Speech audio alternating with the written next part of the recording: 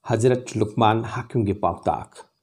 Allah Ta'ala na Hazrat Luqman Hakeem ki mingbo Quran Sarif ki manungda matik mga lay na panbiri. Mahak ki haip mingda haibati Surah Luqman mingtondo na Quran ki kuntra matoy suba Surah da mapam kanbiri. Hazrat Luqman Hakeem Krisaf mamang lising masama da Nubia Ethiopia da labirami. Mahak amuwa minay ama oiki. Mahak maram da wari kaya Persian, Arabic amasung Turkish na singba literature da phangi. Mahak ki itihas ki masak sing ase tafsir Ibn Kasir amasung stories of the Quran by Ibn Kasir dagi suphang mangami. Hazrat Luqman maming layraba bigyanik amani. Quran gi manung da mahak ki Paotaak kaya yauri. Haijakre mahak amuwa minay ama oiki. Allah Ta'ala na mahak pusan bibadaki Luqman Hakeem haina pauki bani. Riwayat kardilla I madudi Allah na mangonda hikamat Allah na yabiga dawa tabakta haisingba wisdom amasung ningthau phamphangba animakki manungdagi apamba makhanna ya thangpina biki maduda mahak na hikamat haibadi wisdom khanki hadis amada lai Allah na mangonda hangi nang ningthau oiraga achumba niyamda sasan toba pambra mahak na hangatchai masi Allah nahaki hukum oirabadi aina kari amok haigani maramdi nahak na igi teng pinabigani atuga karigumba anisi gi manungda apamba ama khallu haijarabadi aina nga aibu nga piyu maramdi aina isada awabagi polum thongatchaba pamjade farista singna hangi Luqman nangna tawribasi karino mahakna khummi achang wasang oiba haiba se akan mathabakni pamdaba thodok-sing amadi hingsa gi thabak na kosilibani maduda mahakpu mateng pangbirakhiba yai natraga pangbiraktrabasu yai karigumba achumba bichar tawrabadi hingluba yai natrabadi janat ki lambidagi lamuk nakhigani duniyada chingna lemna punsi lelaga akhirata waru nang lugataba adugi mahutti duniyada pikchana hinglaga akhirata mai paklobane hena phai aduga kanagumbana duniyabu akhiratagi haibadi shirama matungi punsidagi hena lumna khallabadi duniyabu haibadi malimgi punsibu mangondagi nanthokhargani haibadi duniyagi punsi malim thaki punsi asigi yai phabasu nanthokhargani aduga akhiratasu haibadi shirama matungi punsidasu aremba tarugani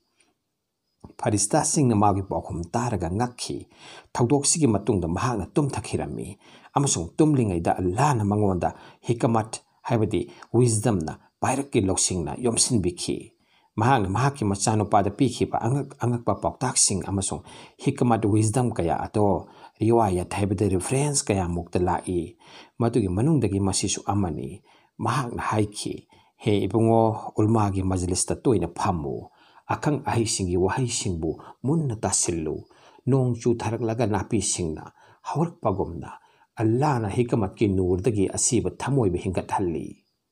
Miyam ten bataza amada nupa amana mahaki manakta laglaga hangki nahak falana jat adugi minay oiramba natra mahak na khumjakhi chumme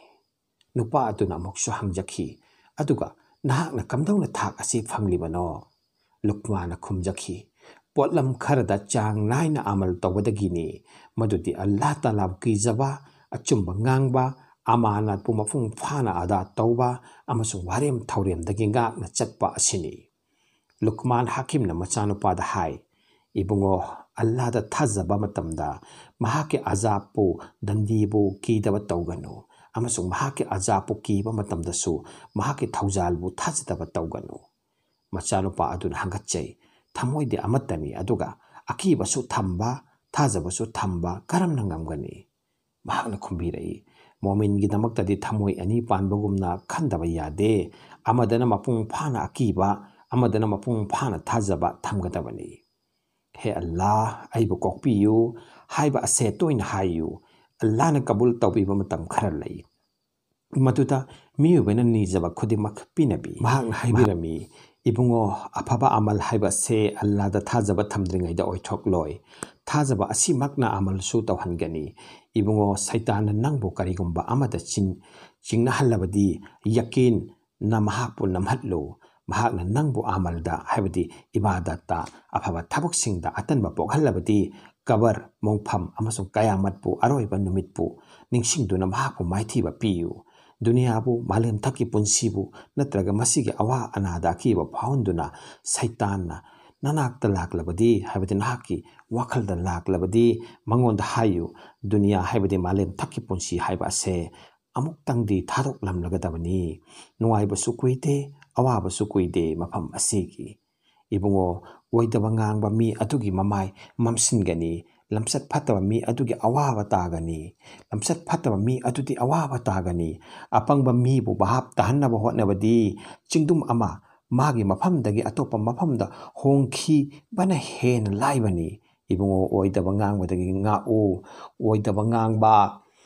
ase usek sagumna mahauti laibani toigum sung thunamak choppa amasung thinaba lak nanglakani ibungo chanamda haibadi narakta maikonda ngamli makai janajada haibadi shiro asibagi namazda poloibada ngamli makai yauna bo hotnau aduga lohong khongdong bana singbada ngamjari ba makai yaudana bo hotnau maramdi janajana akheret pu aroiba numit pu tayang panbagi aroiba numit pu ningsing halli aduga lohong khongdong bana malem thakki punsida tawhalli ibungo pok thalingai da amuk hana chasilugano pok thalingai da chasin babudi hui da pithokibani hena phai ibungo napok pharibani haiduna mina nakokta karakadaba thawak tawgano aduga mina usitnaba tawribani haiduna awuba singna tin sitnaba thawak su tawgano ibungo nasabu yendagi hena nathawna laitaba malhangano yen padi ayuk nganta hawatono koilaw lawi aduga nangna phamongda tumdono laithokpa tawgano ibungo lankhre haibata thinthaba tawgano sibagi matam khangdabani ikhang khanghodana akaknaba matam ado yorakani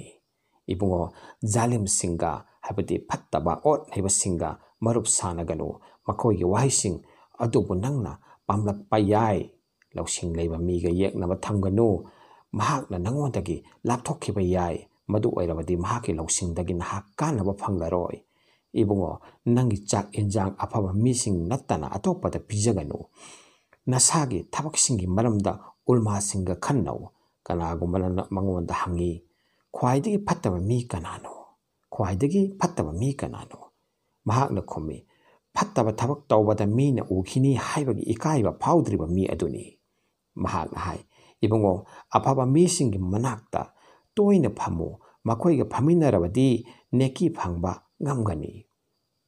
aduga kanagumba makoigi mathakta Allahgi rahmat thaujan laklabadi nahak sumadudagi khardi soidana thunglakani fattaba misinga sanga tawganu maramdi afabadi makoidagi amata phangloi aduga karigumba makoigi mathakta azaf mapugi dandi laklabadi madugi saruk khardi nahak su phangani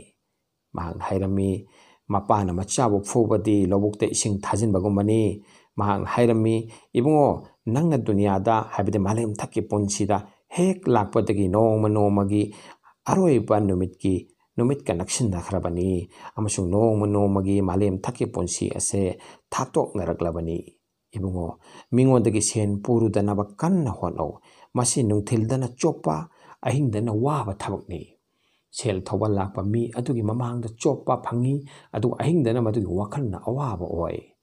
ibungo nangonda kanagumbana aigi mit animak mahakna kothok pire haina wakatpa laklaba aduga awoiba mahaki mit animak su kothok pikhraba madu oirabasu atopa mi adugi wa tadringaida magi maramda rai amatta haibadi comment amata pigano maramdi mahak hana hauramba yai amasung mahak hana atopagi mit mamit kothok lamasu yai Fakia Abul Lesna hai matudi Hazrat Luqman siramdaida haibadi siramdai oiraklaba matamda machanupada hairami ibungo ipan hinglingaida nangonda Paotaak kaya pikhi haujik aigi aroiba matam yaurakle adun haujik aroiba oina aina nahakmonda Paotaak taruk piribani matudi ahanbada hingkhini khalliba matam adu phawatagi khallaga dunyagi thabak taw madusu akherata changdam narobadi karisu laite anisubada Allahna yabinabagi damakta darkar ohriba thabak ado yauna mahaki ibadat taw ahum subada akherata matam sang leirukataba adugi matung inna matik chaba thaurang tawjahau marisubada nangna ꯃꯩꯀꯣꯟꯗꯒꯤ ꯍꯥꯏꯕꯗꯤ ꯁꯤꯔꯕ ꯃꯇꯨꯡꯗ ꯖꯅꯝꯗꯒꯤ ꯆꯞ ꯆꯥꯅ ꯍꯤꯡꯕ ꯉꯝꯂꯒꯅꯤ ꯍꯥꯏꯕ ꯊꯥꯖꯕ ꯂꯩꯇ꯭ꯔꯤꯕ ꯃꯈꯩ ꯃꯗꯨꯗꯒꯤ ꯍꯤꯡꯅꯅꯕ ꯍꯣꯠꯅꯕꯗ ꯆꯣꯛꯊꯕ ꯇꯧꯒꯅꯨ ꯗꯣꯖꯛꯀꯤ ꯃꯩꯗ ꯈꯥꯡꯂꯨꯕ ꯉꯝꯒꯗꯕ ꯆꯥꯡ ꯑꯗꯨ ꯐꯥꯎꯕꯇ ꯒꯨꯅꯥ ꯇꯧ ꯁꯨꯕꯗ ꯀꯔꯤꯒꯨꯝꯕ ꯒꯨꯅꯥ ꯇꯧꯒꯦ ꯍꯥꯏꯕꯗꯤ ꯄꯥꯞ ꯇꯧꯒꯦ ꯈꯜꯂꯕꯗꯤ ꯑꯜꯂꯥꯍ ꯇꯥꯂꯥ ꯑꯃꯁꯨꯡ ꯃꯍꯥꯛꯀꯤ ꯐꯔꯤꯁꯇꯥꯁꯤꯡꯅ ꯎꯗꯕ ꯃꯐꯝ ꯊꯤꯔꯒ ꯇꯧ ꯍꯥꯏꯕꯗꯤ ꯑꯜꯂꯥꯍ ꯇꯥꯂꯥ ꯑꯃꯁꯨꯡ ꯐꯔꯤꯁꯇꯥꯁꯤꯡꯅ ꯎꯗꯕ ꯃꯐꯝ ꯑꯃ ꯐꯥꯎꯕ ꯂꯩꯇꯦ ꯇꯥꯏꯕꯪ ꯄꯥꯟꯕ ꯑꯁꯤꯅ ꯃꯍꯥꯛꯅ ꯀꯩꯗꯧꯉꯩꯗꯁꯨ ꯒꯨꯅꯥ ꯇꯧꯒꯦ ꯍꯥꯏꯅ ꯈꯜꯂꯣꯏꯗꯕꯅꯤ ꯃꯍꯥꯛꯅ ꯈꯜꯂꯕꯗꯤ ꯑꯗꯨꯒꯨꯝꯕ ꯃꯐꯝ ꯑꯃꯈꯛ ꯐꯪꯂꯣꯏ तसेंगना लुकमान हाकिमगी ममल यामलबा पाउताकसिंग असि ngasiगी मिरोंदसु अखोई इरोई इनाउसिंगदा खंगहंदुना यौहंदुना मसिगी कानबा लौदुना अखोई पुंसी असिदा खरदंग कानबा फंगलबदी होनजबगी मही Yale खंजगनी Hey there. Subscribe to my channel and also press this bell icon.